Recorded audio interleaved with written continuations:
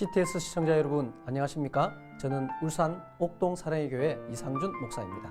오늘은 열왕기상 21장 3절 말씀을 중심으로 나봇도 있었습니다 라는 제목으로 함께 은혜를 나누기를 원합니다. 나봇이 아합에게 말하되 내 조상의 유산을 왕에게 주기를 여호와께서 금하실지로다 하니, 북이스라엘의 7대 왕 아합 왕 때는 역사적으로 이스라엘이 가장 암울했던 때였습니다.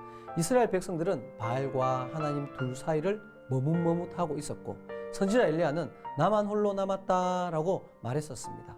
그때 하나님은 한 인물을 등장시키십니다. 아합 왕의 왕궁에서 가까이 포도원을 가지고 있었던 나봇이라는 사람입니다. 이 사람은 민족을 위해 어떤 특별한 업적을 남겼거나 다른 누군가를 위해 크고 대단한 일을 했다는 기록은 없습니다. 그럼에도 불구하고 죄가 극악에 달했던 아합의 때에 하나님께서는 평범했던 한 사람 나봇을 통해서 그 당시의 시대와 대조하며 선명한 메시지를 전하고 계신다는 것을 알 수 있습니다. 어느 날 극악한 북이스라엘의 왕 아합이 나봇에게 내 포도원이 내 왕궁 곁에 가까이 있으니 내게 주어 채소밭을 삼게 하라. 내가 그 대신 그보다 더 아름다운 포도원을 내게 줄 것이요. 만일 내가 좋게 여기면 그 값을 돈으로 내게 주리라 라고 말합니다. 자신이 살고 있는 나라의 왕이 하는 이 말은 준엄한 명령과 같은 것이 아닐까요? 또 다른 측면에서 본다면 왕의 이러한 제안은 개인적으로 보아도 괜찮은 거래 조건이 아니었을까요? 그런데 나봇은 내 조상의 유산을 왕에게 주기를 여호와께서 금하실지로다. 내 조상의 유산을 왕께 줄 수 없다라며 왕의 요구를 단번에 거절을 합니다. 이로 인하여 아합이 근심하고 답답하여 왕궁으로 돌아와 침상에 누워 얼굴을 돌리고 식사를 하지 않습니다. 그 모습을 보고 내용을 파악한 아합 왕의 아내 이세벨은 자신의 계략을 써서 나봇에게 그의 포도원을 빼앗아 남편 아합 왕에게 안겨줍니다. 그리고 나봇은 죽임을 당하게 합니다. 사랑하는 여러분, 포도원을 바꾸거나 팔라고 한 왕의 요구를 나봇이 거절한 이유는 무엇일까요? 레위기 25장 23절 말씀, 토지를 영구히 팔지 말라는 것은 토지는 다 내 것임이라. 다름 아닌 하나님의 명령 때문이었습니다. 그때 당시의 상황이라면 이스라엘 백성들은 하나님의 말씀을 불순종하고 우상을 섬기고 있었습니다.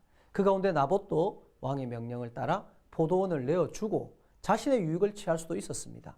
그러나 나봇은 하나님의 명령을 지키기 위해 그야말로 자신의 목숨을 걸고 믿음의 결단을 내리는 모습을 뚜렷하게 보여주고 있습니다.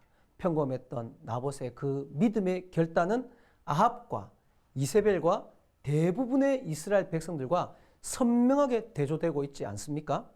거룩한 나라 이스라엘의 왕과 대부분의 이스라엘 백성들은 전면적으로 우상을 섬기고 있었습니다.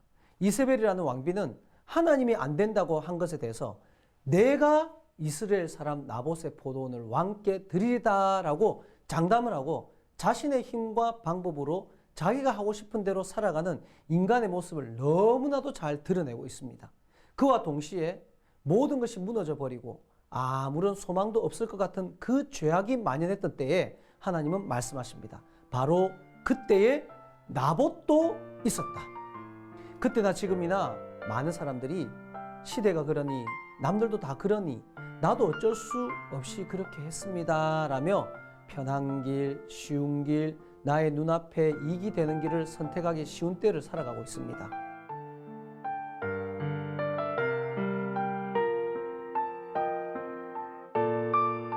사랑하는 여러분, 하나님은 아합 왕의 때와 같은 지금 이 시대에 나봇을 찾고 계십니다. 우리 이렇게 기도합시다.